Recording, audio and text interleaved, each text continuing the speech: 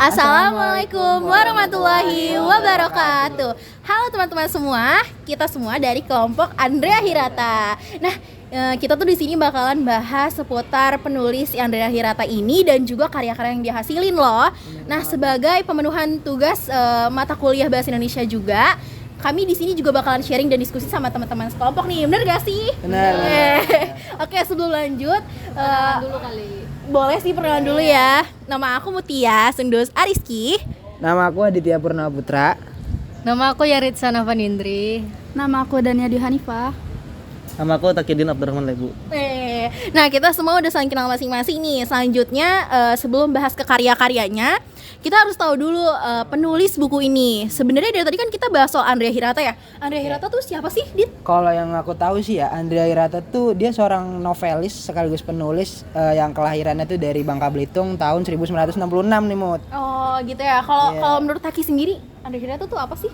Siapa? Dari Rata tuh seorang yang dikenal sekali di Indonesia karena banyak kita sebagai orang yang membaca buku tuh pasti tahu lah. Setidaknya tahu lah ada kata-kata Andrea Hirata tuh tahu lah. Betul. Kalau menurut Yarisa nih, apa nggak? Penulis ya, terkenal. Apalagi satu karyanya tuh yang sangat populer ya. Laskar Pelangi yang sampai udah difilmkan di layar lebar itu kalau nggak salah 15 juta penonton. Wah, keren banget gak sih? Iya. BTW ngomong-ngomong, 15 juta terjual. 15 juta terjual. BTW ngomong-ngomong nih ya, aku tuh baca sedikit tentang penulis Andrea Hirata ini. Nah, dia tuh lulusan UI ya nggak? Universitas Indonesia nggak sih? Di ekonomi ya, ekonomi. Gak ada hubungannya sama penulisan, cuman kayak kok bisa Wow, gitu ya. Kayaknya itu selama kuliah tuh kayaknya dia sambil ngasah bakatnya gitu nggak sih? Terus dia juga lulusan Prancis. Iya kan? Iya. Kalau menurut Dania nih, apa sih yang kamu tahu soal Andrea Hirata? Andrea Hirata tuh selain novelnya yang terkenal tuh Laskar Pelangi, banyak juga kayak novel-novel Ayah, kayak novel aku sendiri Maria Karpov, tapi yang di Cinta di Dalam Gelas. Cinta di Dalam Gelas. Banyak ya, Banyak banget. Itu maksudnya gimana tuh? Cintanya di dalam gelas apa gimana? Pokoknya ada lah filosofinya tentang Cinta dalam Gelas itu. Oh, nah teman-teman semua nih pasti kan penasaran banget nih sama karya-karya yang mau kita bahas. Nah, yang pertama kita bakalan kulik dulu nih salah satu karya daripada Andrea Hirata. Yang pertama tuh ada karya apa sih, Dit? Kita tentang buku yang aku kerjakan, yang aku resensi dan analisis, yaitu buku Laskar Pelangi karya Andrea Hirata. Nah, di mana buku ini tuh bercerita tentang 10 orang anak asal Bangka Belitung yang menempuh pendidikan dengan segala keterbatasan ekonominya. Banyak banget tokoh-tokohnya, ada Ikal, ada Lintang, Trapani, Akiong, Sahara, Kucai, Borek dan lain sebagainya. Pokoknya ada banyak banget. Jadi dia tuh nyeritain tentang kehidupan 10 orang anak yang memiliki latar belakang ekonominya, latar belakang keluarga yang berbeda-beda dengan tantangannya dalam menempuh pendidikan, utamanya menempuh cita-citanya. Nah, pesan yang disampaikan lewat buku ini tuh, jadi kita tuh harus bersyukur dengan segala keterbatasan, dengan segala anugerah yang Tuhan berikan kepada kita, terutama kita aku sebagai mahasiswa nih diberi kesempatan untuk menempuh pendidikan lanjut nih ya, Tak ya. Ini merupakan suatu anugerah yang harus aku syukuri. Jadi pendidikan itu penting, apapun itu latar belakang ekonominya, apapun itu latar belakang keluarga kita, bukan menjadi penghambat kita buat menempuh cita-cita gitu. Jadi kalau Taki sendiri bukunya tentang apa, Tak? Aku ngeresensi analisis tentang buku judulnya Ayah. Andrea Hirata. Nah, itu tuh cerita tentang seorang tokoh bernama Sabari yang dia tuh jatuh cinta dengan seorang perempuan bernama Marlena. Nah, konfliknya tuh di cerita ini tentang percintaan mereka. Jadi bagaimana cerita mereka ketemu, terus bagaimana perjuangan si Sabari dalam nembak si Marlena terus yang lain sebagainya. Nah, tapi di akhir karena ini judulnya Ayah. Nah, jadi ada cerita tentang anaknya si Sabari ini. Namanya Zoro. Nah, cerita tentang ayahnya itu di situ. Oh, di situ. Oke, pesannya, Tak? Tentu saja ya, kalau dalam cerita ini pasti pesan yang sangat ditonjolkan adalah tentang cerita tentang ayah. Bagaimana perjuangan seorang ayah, bagaimana perjuangan setiap harinya dia dalam mencari anaknya dan lain sebagainya.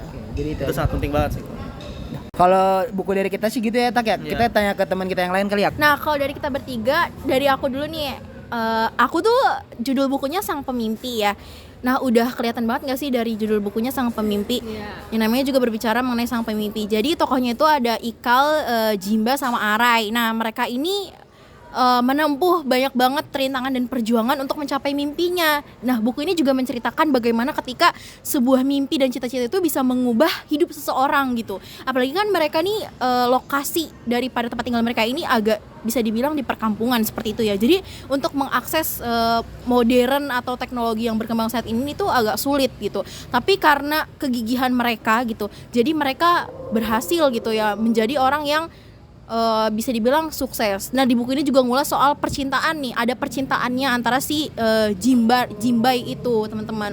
Nah, kalau misalnya dari Yarisa sendiri nih gimana? Nah, kalau aku membahas buku Edensor masih sama dengan ini, dengan Laskar Pelangi. Satu tokohnya juga masih sama, ada Ikal dan Arai.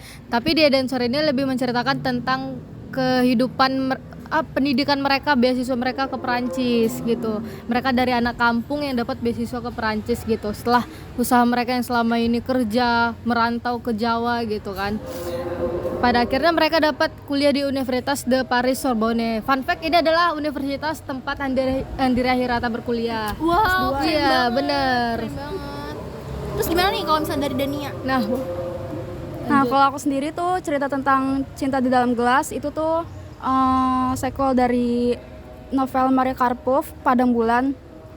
Di novel ini tuh diceritain kalau Maria Karpov ini kan menikah dengan seorang pecatur hebat di desanya itu di Tanjung Pinang. Nah, tapi dia tuh cerai karena lelakinya ini nih, mantan suaminya ini terlalu kasar. Akhirnya Mariamah ini mau nunjukin kalau perempuan tuh juga bisa apa yang laki-laki ini lakukan kayak gitu. Nah, di dalam novel ini juga ada Ikal yang turut bantu serta realisasiin kemauannya si Maria ini untuk bikin Maria ini terlihat tangguh di depan mantan suaminya tersebut. Wah, keren banget. Berarti emang sangat menginspirasi banget Iya. ya novel-novelnya si Andrea Hirata ini. Tokohnya juga masih berhubungan kan. Betul Ada banget. Ikal, Arai terus. Betul banget. Nah, dari semua karya dari kita semua nih, semua karya dari kita semua, itu tuh kita harus narik kesimpulannya nggak sih? Benar banget. Nah, kalau bisa dari aku sendiri ya, kesimpulan dari beberapa novel dan juga dari sedikit biografinya si Andrea Hirata ini. Andrea Hirata ini orang yang hebat. Dia menciptakan berbagai karya buku, dan ini salah satunya ada, kita punya bukunya, buku Laskar Pelangi. Kalian bisa beli dimanapun ya. Jadi karya-karyanya juga sangat menginspirasi dan bisa dibilang relate dengan remaja kita saat ini gitu. Terus juga selain itu aku mau dengar kesimpulan dari teman-teman gimana nih? Dari Taki dulu mungkin. Kalau dari Taki gimana? Ya, dari semua cerita yang ada ya, memang Andrea Hirata tuh ingin memberikan pelajaran hidup ya kan kepada kita tentang persekolahan di Laskar Pelangi, terus di Edensor, juga di Maria Karpov, dan di novel Ayah juga ingin memberikan pelajaran hidup kepada kita. Kurang lebih sama seperti Taki, di mana Andrea Hirata ini menuliskan novel berdasarkan kisah nyata kehidupannya. Tentunya di dalamnya banyak sekali pesan-pesan yang bisa disampaikan, mulai dari intinya bersyukur apapun yang terjadi, apapun yang menjadi keterbatasan bukanlah menjadi penghalang untuk kalian meraih kesuksesan. Kalau menurut aku ya dari buku ini itu aja. Betul. Kalau dari Yersa gimana nih? Kesimpulannya Andrea Hirata ini nulis buku kayak banyak ngasih pesan moral, pesan sosial juga ke kita kan, para pembacanya. Kayak seolah-olah dia bilang kalau cuman semangat dan tekad doang yang bisa mampu untuk meraih kesuksesan kita. Nah, Jadi selain dari pesan moral tadi, Andrea Hirata juga mau nggambarin nih tentang kelahirannya dia nih, tanah kelahirannya dia di Tanjung Pinang sana. Oke, teman-teman semua, tadi udah kita simpulin juga dari berbagai macam karya dan juga penulis Andrea Hirata sendiri. Nah, kurang lebihnya dari kelompok Andrea Hirata, mohon Dan maaf. pembaca.